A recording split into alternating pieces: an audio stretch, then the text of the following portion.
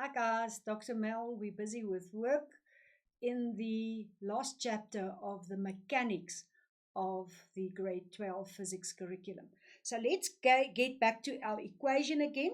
It's on your information sheet. Remember work, W, measured in joule. I have to have the force, and we'll see now it depends on which work they ask you because you'll use that specific force, and that's measured in Newton. Then I want to know what the distance will be for the displacement or the position, and we measure that in meters, and then the angle between the F and the X. And remember, I like to write the equation in a different sequence because the angle will be the one between the F and the delta X, which can have different angles. Therefore, be careful that you use the correct force with the correct work. Right, let's have a question. A crate of 45 kilograms, so I've got the mass of 45 kilograms. It's being pushed over a rough surface. Now that immediately tells me there will be friction. And the force that's applied is 200 Newton, and it moves the crate a distance of 10 meters. So I already have the force of 200 Newton, and I've got the delta X as 10 meters. I'm making notes as I read to form a picture so that I can do my calculations from a diagram or a picture. And it's in a straight line at a constant velocity. Now that's quite important because, as you recall, if something has a constant velocity, the acceleration will be zero. And in this case, the net force will thus be zero. So important.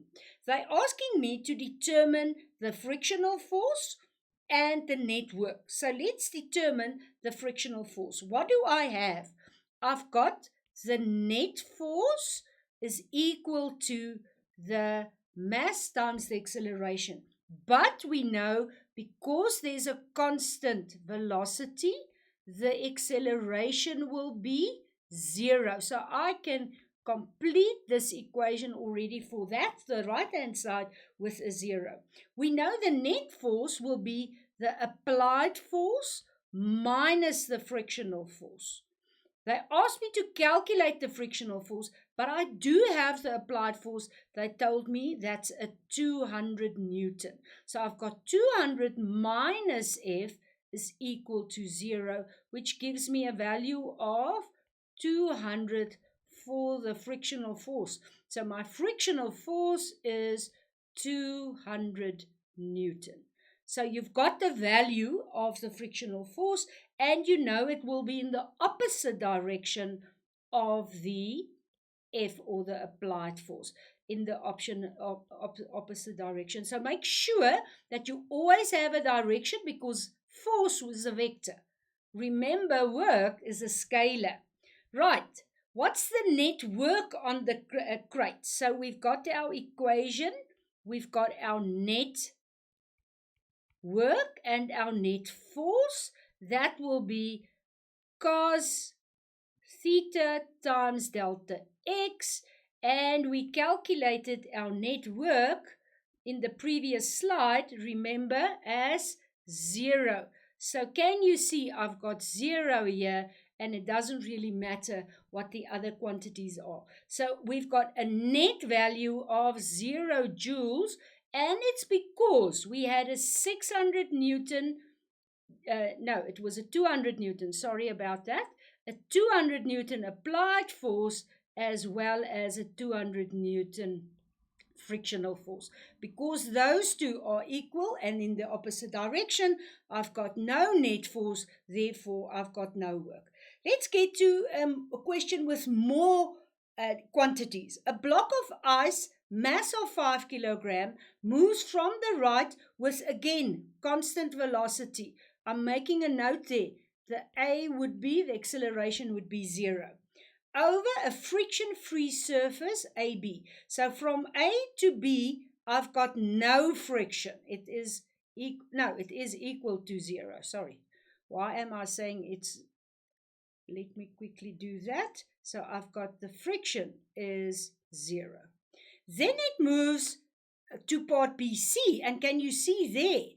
You can see the rough surface there, and there is a friction force. So have a look at the different surfaces for you to know which forces you are going to use. They're asking me a few questions, so let's quickly have a look. It's a mass of 5, it's moving at a constant velocity, so A is 0, and it's moving 4 meters. When the block reaches this rough part, it's a constant force of 6 Newton applied, so it's applied force, and it keeps moving at that constant velocity for another 3 meters. That's the detail they're giving me. Firstly, they want me to draw a free body diagram from A to B. I know there's a gravitational force. I know there's a normal force. And the only force I had was the applied force that side. And then from B to C, it will be the same in the vertical direction, but it will differ in the horizontal, because then I've got an applied force here and I do have friction that way. Make sure that you get your forces identified and then draw a free body diagram, even if they don't ask it, because it's going to help you with your calculations. The questions they want me to answer is the following. Calculate the work done by the horizontal forces. Now, we just now said that that would be my force. Remember, we said the applied force will be that side. So what's the work that we'll calculate? The work will be the F times cos and the delta x. What do we have? Well, it was a constant velocity, so we know that was 0. So again, no force, and there's thus no joules and no work done, because it was a constant velocity. This ice was just moving frictionless through that first part. Then it got to this horizontal part of BC, and then you remember in our previous slide we said we've got an our applied force that side, but we've got a frictional force that side. So the work will be the F net times the cos times the delta x. And we have the F net because we know it is 6 Newton. It's cos 0 degrees, and you know the value of that is 1, and it's traveling distance of 3 meters. That would give me 18 joules of energy and the work done. So that's a simple way of seeing firstly no friction and then friction added. But the constant velocity, guys, that was the clue. In a second or a third question, Peter pulls a suitcase. It's got a mass of 25. I always write down what they're giving me. And it's being pulled with a handle of, with a force of 70 Newton. And now they give me the angle. So it seems like there's an angle there between the suitcase and the horizontal, the floor. And the angle there is 25 degrees. The surface is rough. Immediately I know there's friction, and it exerts a frictional force, and they actually give me the value of the friction, 35 Newton, as he pulls it, with delta x also being provided. So I've got a lot of information. I'm quickly going to have a look at the question they're asking me. Draw a free body diagram. Now let's have a look. If we draw a free body diagram to indicate the forces on the suitcase. So I've got this suitcase here. It's got a force down, and we know there's other forces. So let's draw the free body diagram. I've got the gravity that's pulling downwards. You all should have that. I've got the force of Peter pulling at that handle. That would be the applied force. And I know I've got friction that's going that way. Just another way of looking at this, and this might be very helpful if you immediately see, but that component there is actually a component to this side, the x value, and to the y value that side. So I'm going to draw a second free body diagram. Nothing, oh, I forgot the normal here. Right, so I've got all the vertical components and I'm trying now to get to the horizontal. I again have the friction. I still have the gravitation. I still have the normal. But now I'm going to take this force here and I'm going to take it and break it into two components. Can you see I've got a component there, Fx, and I've got a component going up, Fy. So it's important that you do either the one or the other free body diagram, but that you see I cannot do the calculations if I didn't do it this way. So this is the preferred way to actually do calculations further on, because this force is actually a force that's being built with two components. Let's have a look. The work done by each of the forces. Now, what's the forces that we have? We've got obviously the gravity and the normal force. Remember, we put this into our free body diagram, but it's not moving in that way. So the work in the vertical is 0 joules. So that we've got out of the way. Let's now have a look at the work in the horizontal plane. I'm firstly going to calculate the work with the force that they gave me in that plane. And that was at an angle of 25 degrees. And the force was, let me quickly have a look, it was 70 newtons. So I've got 70 newtons there, and it's at the angle of 25. Let's have the first components being calculated before we can work out what's going on here. So I've got that 70 there, I've got the angle 25, and I now want to find 70 times, and remember, this is adjacent, so this would be cos 25 degrees.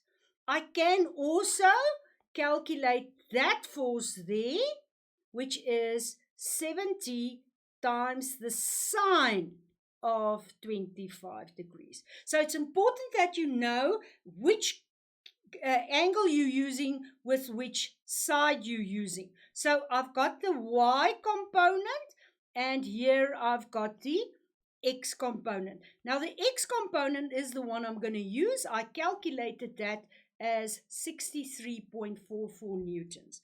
Now, they asked me to calculate the work done by each of the forces. So I can say the work done with the Fx is the Fx times the cos times delta x. So what do I have? I have 63.44. I know it's in the same direction as the movement. Remember, the movement is that way. So I've got cos 0 degrees, it's 0 degrees, times the distance, and they said it's traveling 40 meters. So you've got that value there. Now, if you take that calculation and you do it, you'll get a value of, let me quickly do it because I see I haven't done that yet. Let us quickly do that. 63.44 times the cos of 0, which is 1. So it's an easy calculation.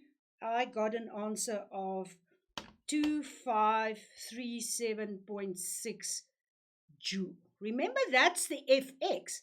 I also had a gravitational frictional component. Let's work out the work for the friction. So I've got the friction, I've got cos. Remember what cos will be now, delta x. I've got the frictional force, which they gave me as 35. I now know this is going to be cos 180, and I know it's 40 degrees. I can now calculate that, and I got a value of 1400 joule, and that's a negative. Now, if I had to work with the 70, I'm going to show you I'll get pretty much the same answer. Let's go and calculate the 70 newtons at that angle. So I'm going to say the work of the applied force is the applied force times the cos of the angle and times delta x. That force was 70. I'm now going to take the cos 25 because it's working on that angle of 25 times the 40.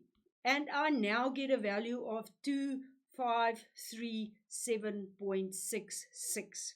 Now, interesting, the answers I got on my previous calculations was I had the frictional force and I've got the applied force. So let's work out the F with the F net. Can you see I can now deduct the two answers from each other? The applied force minus the frictional force. That would be the 6344 minus the frictional force, which is 35. And now you can see I will get a similar answer. That would give me an answer of 1137.60 joules. And interesting, if I took these two answers, 2537.6, and I'm going to do it here, 2537.66, and I deducted from there the 1400 from the frictional force, that's the applied force, I got an answer of 1137.66 joule. Let's have a look. This is what I got there. So you can either use the applied force or you can work with the components. But I'm advising you, rather work with the components. If you have a look, if you work with the components, you've got then 0 degrees or 180. If you start working with the applied force, you then get 25 degrees or other angles, and it's quite difficult to distinguish, and we often make mistakes doing it that way. Right, so we've done the net work done on the suitcase, and we got an answer. Again, you can either take that force with the angle of 25, or you can go the route that you did in your free body diagram, work out the work with that one, and then the work with the frictional force. Or you could have said, let me find my F net, where I actually get Fx minus F, get the value, and then work with the F net value. So be careful. You've got a net force. You've got two components there, and here you've got a force on a slope. Be careful that you do not get confused with these. I'll advise this way.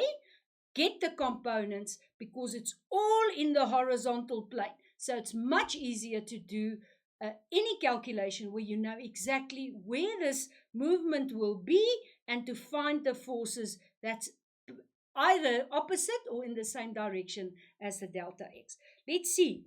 Can you do the calculations and can you get the definition of work? Remember, it's the force and displacement. Remember to write this in very, very certain terms, exactly as you get it in your subject guidelines. You have to be able to calculate the work and then of either all the forces or certain forces. So make sure that you identify the forces and that you work the components into the work that you are being asked to answer. I hope you enjoy working with work, and I hope you've got energy for the following lessons that we are going to do. Bye-bye.